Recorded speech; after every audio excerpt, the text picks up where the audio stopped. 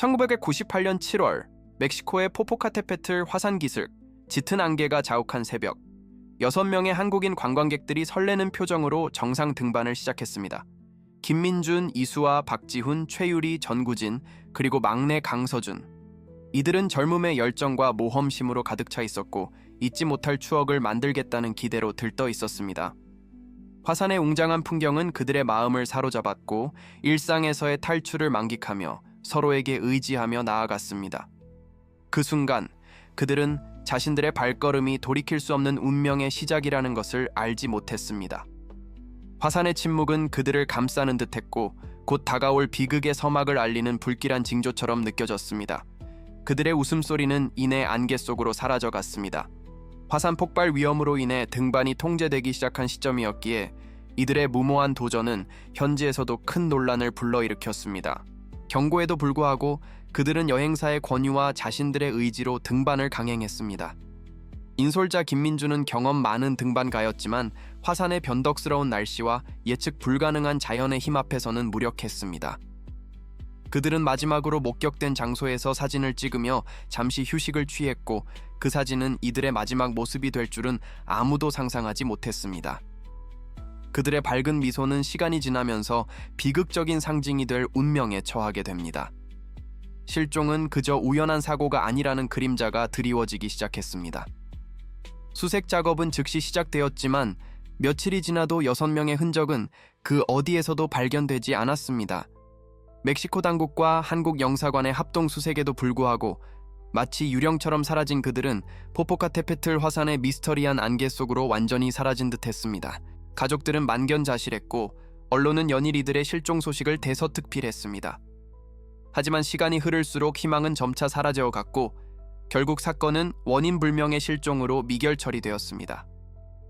화산은 그들의 비밀을 삼킨 듯 묵묵히 서 있었고 가족들의 가슴 속에는 영원한 의문과 고통만이 남았습니다. 그들의 절규는 메아리가 되어 화산에 갇혔습니다. 사건 당시 초등학생이었던 강서준의 누나 강은지는 그날의 비극을 단 한순간도 잊은 적이 없습니다. 동생의 밝은 미소는 그녀의 꿈에 매일 밤 찾아왔고 가족들의 일상은 무너져 내렸습니다. 은지는 평범한 삶을 포기한 채 동생의 흔적을 찾기 위해 필사적으로 매달렸습니다. 수십 년이 흘렀지만 그녀의 눈빛은 여전히 그날의 고통과 진실을 향한 갈망으로 가득했습니다. 그녀는 모든 가능성을 열어두고 신락 같은 희망조차 놓지 않으려 했습니다. 은지의 삶은 동생의 그림자에 갇혀 있었고 그 그림자는 그녀를 끊임없이 따라다녔습니다. 그녀는 결코 포기하지 않을 것이라고 자신에게 맹세했습니다. 2017년 18년이라는 시간이 흐른 뒤 한국의 탐사 보도 전문 기자 이지호는 자신의 경력에 회의감을 느끼며 슬럼프에 빠져 있었습니다. 그의 기사는 더 이상 세상을 바꾸지 못하는 것 같았고 열정은 식어버린 지 오래였습니다. 어느 날 그는 우연히 1998년 포포카테페틀 화산 실종 사건에 대한 단신 기사를 접하게 됩니다. 수많은 미결 사건 중 하나로 치부되었던 그 이야기는 왠지 모르게 그의 마음을 사로잡았고 그의 내면에 잠들어 있던 진실을 향한 갈망을 다시금 일깨웠습니다. 그는 직감적으로 이 사건이 단순한 실종이 아님을 느꼈습니다. 그의 손끝이 기사 위를 맴돌았습니다. 마치 운명처럼 그 기사를 읽은 직후 이지호에게 한 통의 이메일이 도착합니다. 멕시코의 한 지질학 연구팀이 포포카테페틀 화산 인근에서 오래된 배낭 하나를 발견했다는 내용이었습니다. 그 배낭은 놀랍게도 1998년에 실종된 한국인 관광객 중 한 명의 것이었고 18년의 세월을 견디며 비교적 온전한 상태로 보존되어 있었습니다. 이지호의 심장이 강하게 뛰기 시작했습니다. 이것은 단순한 우연이 아니었습니다. 그는 배낭 속에 잃어버린 진실의 실마리가 담겨 있을지도 모른다는 강력한 예감을 받았습니다. 그의 눈빛에 다시금 생기가 돌기 시작했습니다. 그는 직감적으로 이것이 자신의 커리어의 전환점이 될 것이라고 느꼈습니다. 배낭의 발견 소식은 언론에 보도되었고 강은지는 그 소식을 듣자마자 멕시코로 향했습니다. 그녀의 심장은 18년 만에 다시 뛰기 시작했습니다. 멕시코시티의 작은 호텔방에서 그녀는 배낭의 사진을 보며 눈물을 흘렸습니다. 낡고 흙투성이가 된 배낭 속에서 그녀는 동생 서준의 채취를 느끼는 듯했습니다. 배낭은 단순한 물건이 아니라 사라진 동생과의 유일한 연결고리였습니다. 은지는 배낭 안에 동생의 마지막 흔적, 그리고 그날의 진실이 담겨 있을 것이라는 확신을 가졌습니다. 그녀의 손이 떨렸고 눈에서는 뜨거운 눈물이 흘러내렸습니다. 그녀는 이 배낭이 자신에게 답을 줄 것이라고 믿었습니다. 배낭을 넘겨받은 멕시코 당국은 그 안에 담긴 내용물을 조심스럽게 확인했습니다. 오래된 여권, 낡은 카메라, 그리고 습기 때문에 많이 손상되었지만 분명히 형태를 알아볼 수 있는 한 권의 일기장이 발견되었습니다. 일기장 표면에는 강서준이라는 이름이 또렷하게 적혀 있었습니다. 이지호는 이 소식을 접하자마자 멕시코로 날아갔고 강은지를 만났습니다. 두 사람은 서로의 눈빛에서 진실을 향한 강렬한 열망을 읽었습니다. 이제 그들은 함께 18년 전 그날의 미스터리를 파헤치고 사라진 6명의 이야기를 세상에 드러낼 준비가 되었습니다. 화사는 그들을 유인하는 듯 침묵 속에서 비밀을 지키고 있었습니다. 이 흥미진진한 이야기에 몰입하셨나요? 아래 댓글에 지금 시청하고 계신 지역을 남겨주시고 구독과 좋아요로 한국 시나리오 채널을 응원해주세요. 이지호와 강은지는 멕시코 경찰서에서 처음 마주했습니다. 은지는 이지호를 경계했지만 이지호의 진심 어린 태도와 진실을 밝히려는 열정에 점차 마음을 열었습니다. 그들은 일기장을 함께 살펴보기 시작했습니다. 습기와 시간에 의해 훼손된 글씨를 해독하는 것은 쉽지 않았지만 이지호의 끈기와 은지의 간절함이 합쳐져 조금씩 내용이 드러났습니다. 일기장에는 화산 등반 당시의 설렘과 아름다운 풍경에 대한 묘사가 담겨 있었고 서준의 순수한 시선으로 본 다른 친구들의 모습이 생생하게 그려져 있었습니다. 하지만 페이지가 넘어갈수록 분위기는 점차 어두워졌습니다. 처음에는 단순한 여행 일기였지만 점차 불길한 기운이 감돌기 시작했습니다. 일기장 속에는 이상한 소리, 수상한 움직임, 그리고 누군가 우리를 지켜보는 것 같아 와 같은 불안한 문구들이 나타나기 시작했습니다. 서준은 일행 중 한 명인 최유리가 화산 주변에서 오래된 유물을 발견했다고 기록했습니다. 유리는 호기심이 많고 고고하게 관심이 많았던 인물이었습니다. 그 유물은 단순한 돌멩이가 아니라 고대 문양으로 뒤덮인 기묘한 조각상이었다고 서준은 묘사했습니다. 이지호는 직감적으로 그 유물이 사건의 핵심 단서가 될 것이라고 생각했습니다. 은지는 유리가 발견했다는 조각상에 대한 서준의 상세한 묘사를 보며 이 사건이 단순한 조난사고가 아님을 더욱 확신했습니다. 화산의 비밀이 서서히 고개를 들고 있었습니다. 일기장의 마지막 부분에는 서준의 다급한 필체로 우리는 길을 잃은 게 아니야. 그들이 우리를 따라오고 있어. 화산 안에 숨겨진 무언가를 찾고 있어. 그 유리가 발견한 것 때문이야. 라는 충격적인 내용이 적혀 있었습니다. 이어지는 내용은 잉크가 번져 해독이 불가능했습니다. 이지호와 은지는 큰 충격에 빠졌습니다. 이것은 단순한 사고가 아니라 의도된 실종임을 강력하게 시사하는 증거였습니다. 누군가가 6명을 노리고 있었고 그 이유는 유리가 발견한 미스터리한 유물과 관련이 있었습니다. 화산은 그저 배경이 아니라 비밀을 품고 있는 공범처럼 느껴졌습니다.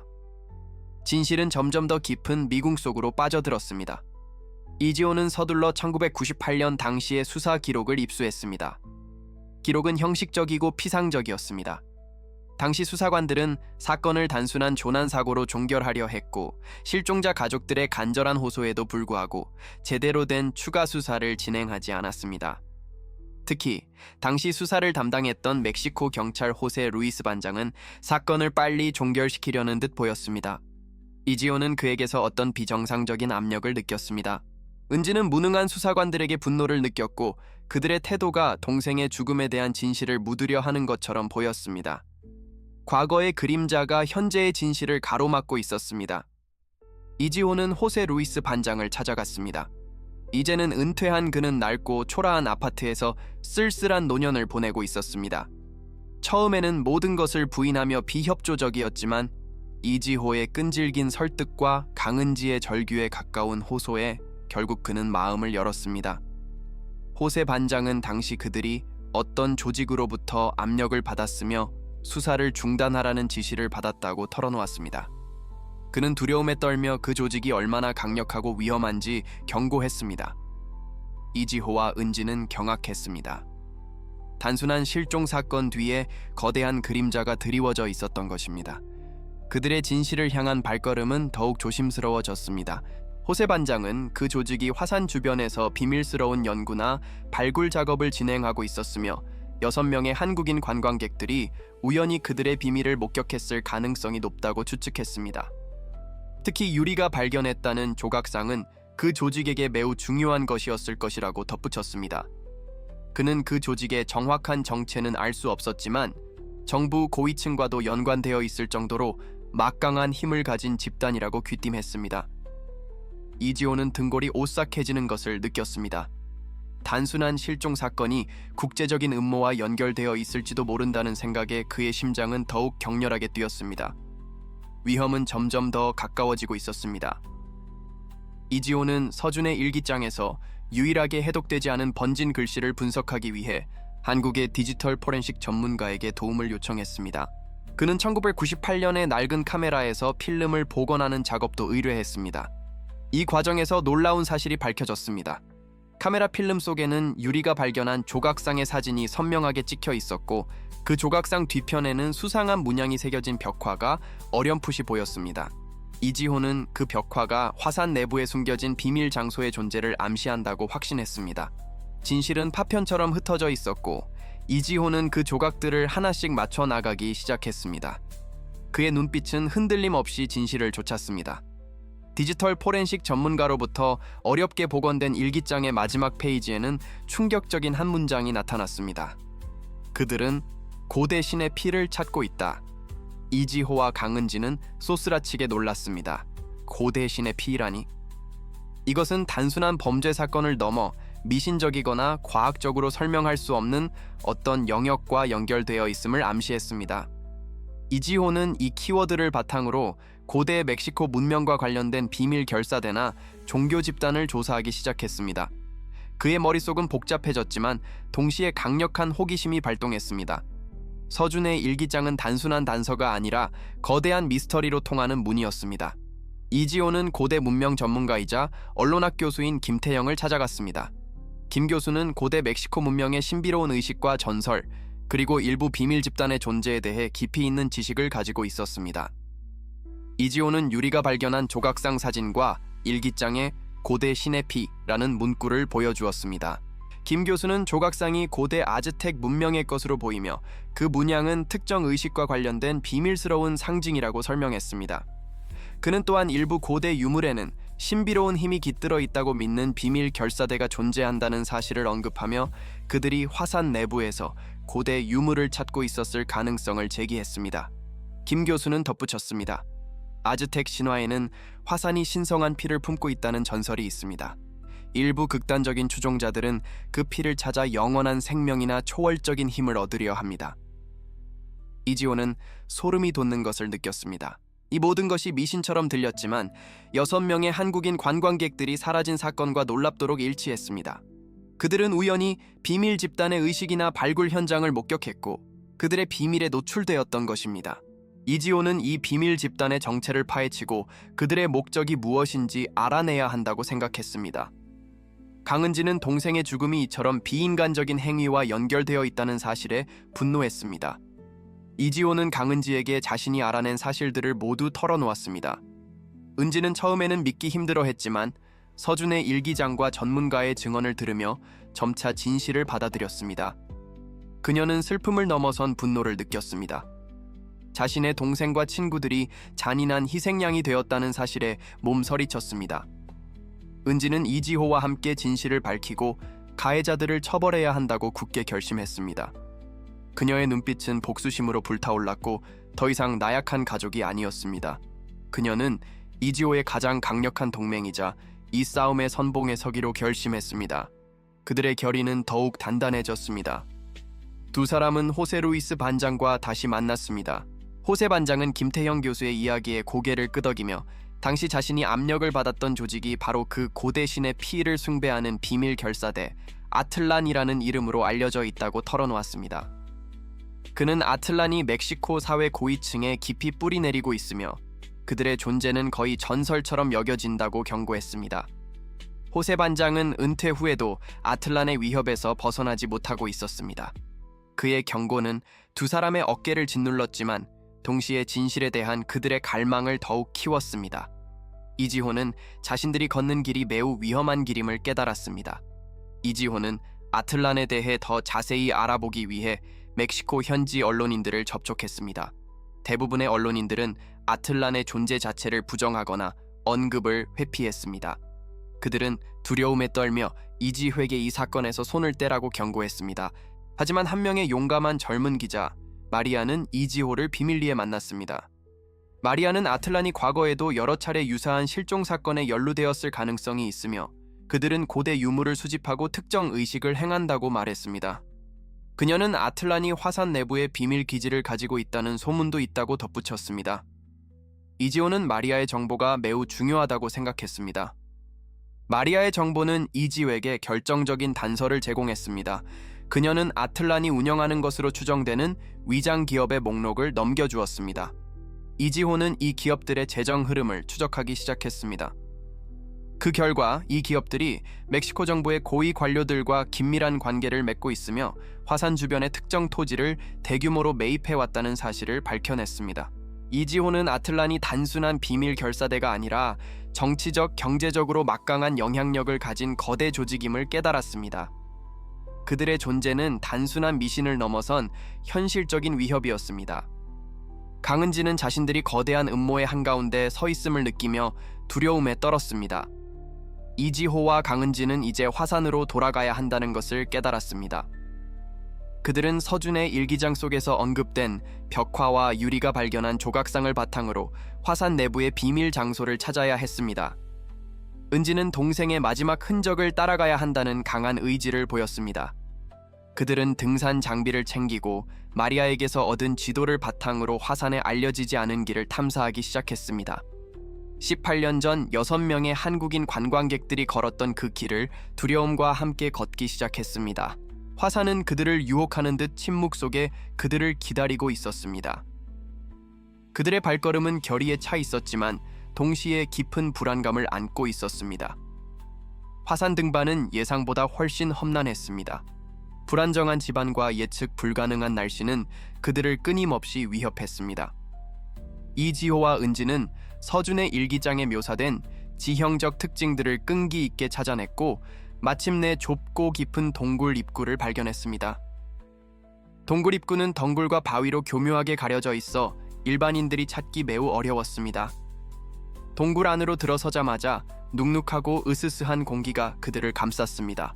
은지는 동굴 깊숙한 곳에서 동생의 채취를 느끼는 듯했고 알 수 없는 힘에 이끌려 더욱 깊이 들어갔습니다. 이 동굴이 18년 전 6명의 마지막 안식처일지도 모른다는 생각에 그들의 심장은 격렬하게 뛰었습니다. 동굴 안은 미로처럼 복잡했습니다. 이지호는 손전등으로 조심스럽게 길을 밝혔고 은지는 서준의 일기장에서 본 벽화와 일치하는 문양들을 찾아냈습니다. 그들은 오랫동안 잊혀진 고대 문명의 유적을 발견한 듯 했습니다. 동굴 깊숙한 곳에서 그들은 넓은 공간을 마주했습니다. 그곳은 아틀란의 비밀 의식 장소로 추정되는 곳이었고 중앙에는 고대 유물들이 놓여 있었습니다. 이지호는 고대 유물의 사진을 찍고 동굴 내부를 자세히 기록했습니다. 공기는 묵직했고 벽에서는 알 수 없는 에너지가 뿜어져 나오는 듯 했습니다. 이 공간은 그 자체로 거대한 비밀을 품고 있었습니다. 그들은 동굴 벽에서 피로 그린 듯한 붉은색 손자국들을 발견했습니다. 은지는 소스라치게 놀라 손을 뻗었고 그 손자국들이 동생 서준의 손 크기와 일치한다는 것을 직감적으로 느꼈습니다. 그녀는 주저앉아 통곡했습니다. 서준이 이곳에서 얼마나 고통스러웠을지 상상할 수 없었습니다. 이지호는 은지를 진정시키며 주변을 더욱 면밀히 살폈습니다. 그리고 마침내 벽 한쪽 구석에서 돌무더기에 가려진 6구의 시신을 발견했습니다. 18년 동안 화산의 침묵 속에 묻혀 있었던 그들은 이제 세상 밖으로 드러날 준비가 되어 있었습니다. 그들의 비극적인 운명은 이제 막 시작된 것이었습니다. 시신들 중 한 명, 김민준의 시신 옆에서 이지호는 작은 금속 상자를 발견했습니다. 상자는 흙으로 뒤덮여 있었지만 굳건히 닫혀 있었습니다. 이지호는 조심스럽게 상자를 열었고 그 안에는 방수 처리된 USB 드라이브와 함께 김민준의 낡은 명찰이 들어있었습니다. 은지는 동생의 마지막 흔적을 찾은 것에 대한 안도감과 동시에 그들이 겪었을 고통에 대한 깊은 슬픔을 느꼈습니다. 이지호는 USB 드라이브가 18년 전 그날의 진실을 담고 있을 것이라고 직감했습니다. 이 작은 상자가 모든 미스터리를 풀 열쇠가 될 것이라고 확신했습니다. 그 순간 동굴 입구에서 발소리가 들려왔습니다. 아틀란의 추종자들이었습니다. 그들은 무장한 채 동굴 안으로 진입하고 있었습니다. 호세 루이스 반장의 경고는 현실이 되었습니다. 이지호와 은지는 김민준의 USB를 가지고 필사적으로 도망치기 시작했습니다. 동굴 안은 추격자들의 외침으로 가득 찼고 긴장감은 극에 달했습니다. 아틀란은 그들의 비밀이 드러나는 것을 막기 위해 두 사람을 제거하려 했습니다. 동굴의 어둠 속에서 그들은 죽음의 그림자와 숨막히는 추격전을 벌였습니다. 은지의 눈빛은 두려움으로 가득했지만 동생의 복수를 위해 필사적으로 버텼습니다. 동굴 곳곳에 숨겨진 함정과 갈림길은 그들을 더욱 위험에 빠뜨렸습니다. 이지호는 자신의 기지력과 은지는 동생과의 과거 기억을 활용하여 길을 찾았습니다. 그들은 아틀란의 추격자들을 따돌리기 위해 필사적으로 달렸고 마침내 동굴의 다른 출구를 발견했습니다. 출구는 절벽으로 이어져 있었고 아래로는 끓어오르는 용암이 보였습니다. 진퇴양난의 상황이었습니다. 추격자들은 점점 더 가까이 다가왔고 그들에게는 더 이상 도망칠 곳이 없었습니다. 그들은 숨을 헐떡이며 서로를 바라보았습니다. 이곳이 그들의 마지막이 될 수도 있다는 절망감이 밀려왔습니다. 절박한 순간 이지호는 USB 드라이브를 꺼내 들었습니다. 그는 동생의 마지막 순간에 남겨진 진실을 세상에 알리기 위해 용암으로 뛰어드는 한이 있더라도 이 정보를 반드시 세상에 공개해야 한다고 생각했습니다. 은지 또한 같은 마음이었습니다. 이지호는 휴대용 위성 송수신기를 꺼내들고 김태형 교수에게 USB 내용을 전송하기 시작했습니다. 그들이 모든 진실을 세상에 드러내기 위한 마지막 시도였습니다. 데이터가 전송되는 동안 아틀란의 추격자들은 절벽 끝까지 다가왔고 그들을 향해 총을 겨누었습니다. 그들의 눈에는 섬뜩한 광기가 서려 있었습니다. 이지호와 은지는 서로의 손을 잡았습니다. 그들은 죽음을 각오했습니다. 하지만 데이터 전송이 거의 완료되었을 때 놀랍게도 멕시코 경찰 헬리콥터가 나타났습니다. 마리아가 호세 루이스 반장에게 이지호의 위험을 알렸고 호세 반장은 오랜 양심의 가책을 이기지 못하고 경찰의 도움을 요청했던 것입니다. 헬리콥터에서 발사된 섬광탄이 추격자들의 시야를 멀게 했고 그 순간 이지호와 은지는 경찰에 의해 구출되었습니다. 구사일생으로 살아남은 두 사람은 안도의 한숨을 내쉬었습니다. 진실을 지키기 위한 그들의 사투는 마침내 결실을 맺는 듯했습니다. 아틀란의 추격자들은 체포되었고 이지호는 병원에서 회복하는 동안 김민준의 USB 드라이브에 담긴 내용물을 확인했습니다. USB 안에는 실종된 한국인 관광객들이 아틀란의 의식 현장을 목격하고 고대 유물과 고대 신의 피에 대한 충격적인 진실을 알게 되는 과정이 담긴 영상과 녹음 파일이 들어 있었습니다. 영상에는 아틀란이 화산 내부에서 고대 문명의 유적을 발굴하고 인신공양과 유사한 끔찍한 의식을 행하는 모습이 담겨 있었습니다. 그들은 고대 신의 피라는 것을 획득하기 위해 인간의 피를 바치고 있었습니다. 이지호는 경악했습니다. 이 끔찍한 진실이 세상에 드러날 순간이었습니다. 영상 속에서 김민준은 자신들이 붙잡히기 직전 다른 일행들과 함께 이 모든 진실을 기록하여 세상에 알리려고 했다고 말했습니다. 그들은 자신들의 희생이 헛되지 않기를 바랐습니다. 이지호는 그들의 용기에 깊은 감동을 받았습니다. 그들은 단순한 희생자가 아니라 진실을 지키려 했던 영웅들이었습니다.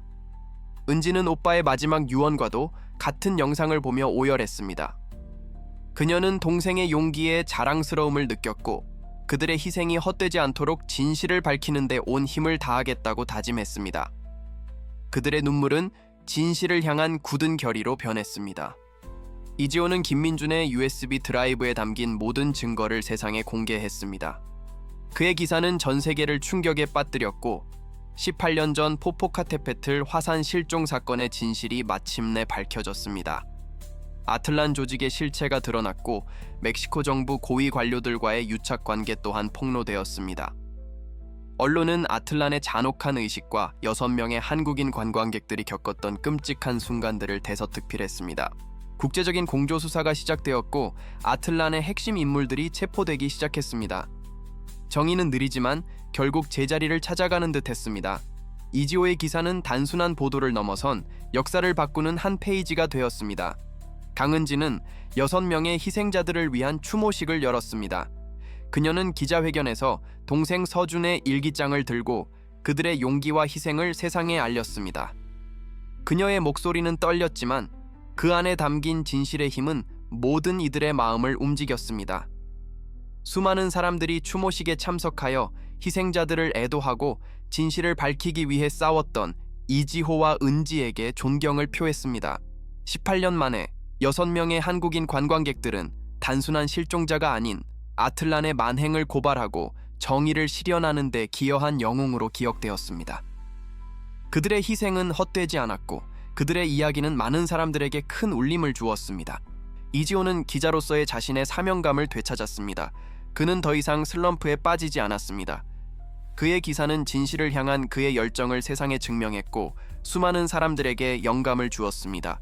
그는 아틀란과 같은 어둠의 그림자가 다시는 세상을 지배하지 못하도록 끊임없이 진실을 파헤치는 언론인으로서의 삶을 살기로 다짐했습니다. 그의 노력은 수많은 사람들의 생명을 구하고 억울하게 희생된 이들의 한을 풀어주는 데 기여했습니다. 그의 이름은 이제 용감하고 정의로운 언론인의 상징이 되었습니다.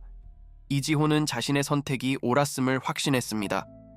강은지는 동생의 죽음을 통해 얻은 슬픔과 고통을 극복하고 새로운 삶을 시작했습니다. 그녀는 동생을 기리기 위해 서준 재단을 설립했습니다. 이 재단은 실종자 가족들을 돕고 미결 사건의 진실을 밝히는 데 필요한 지원을 제공하는 데 목적을 두었습니다. 그녀는 더 이상 과거에 갇히지 않고 미래를 향해 나아갔습니다. 그녀의 아픔은 다른 이들에게 희망이 되었고 그녀의 삶은 고통 속에서 피어난 한 송이 꽃처럼 아름다웠습니다. 은지는 동생에게 부끄럽지 않은 삶을 살 것이라고 다짐했습니다. 그녀의 눈빛은 이제 슬픔이 아닌 희망으로 빛나고 있었습니다. 포포카테페틀 화산은 여전히 침묵 속에 서 있었습니다. 하지만 이제 그 침묵은 더 이상 비밀을 품고 있는 침묵이 아니었습니다. 진실이 드러난 후 화산은 억울하게 희생된 영혼들을 위한 웅장한 기념비가 되었습니다. 화산은 그들의 비극을 목격했지만 이제는 그 진실을 영원히 기억하는 증인이 될 것입니다. 이 사건은 인간의 탐욕과 어리석음이 얼마나 큰 비극을 초래할 수 있는지 보여주었지만 동시에 진실을 향한 인간의 끊임없는 열망과 용기가 얼마나 강력한 힘을 발휘할 수 있는지도 보여주었습니다. 이야기는 끝났지만 그 여운은 오랫동안 사람들의 마음속에 남아있을 것입니다. 이 이야기는 우리에게 질문합니다. 진실은 과연 모든 상처를 치유할 수 있을까? 혹은 진실을 아는 것이 더 큰 고통을 가져다 줄 수도 있을까?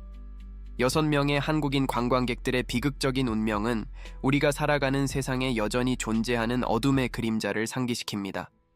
하지만 동시에 강은지와 이지호의 끈질긴 노력은 아무리 깊이 숨겨진 비밀이라 할지라도 언젠가는 빛을 보게 될 것이라는 희망을 선사합니다. 이 이야기는 진실의 가치, 그리고 우리가 잃어버린 이들을 기억하는 것의 중요성에 대한 깊은 성찰을 남깁니다. 그들의 이야기는 영원히 기억될 것입니다.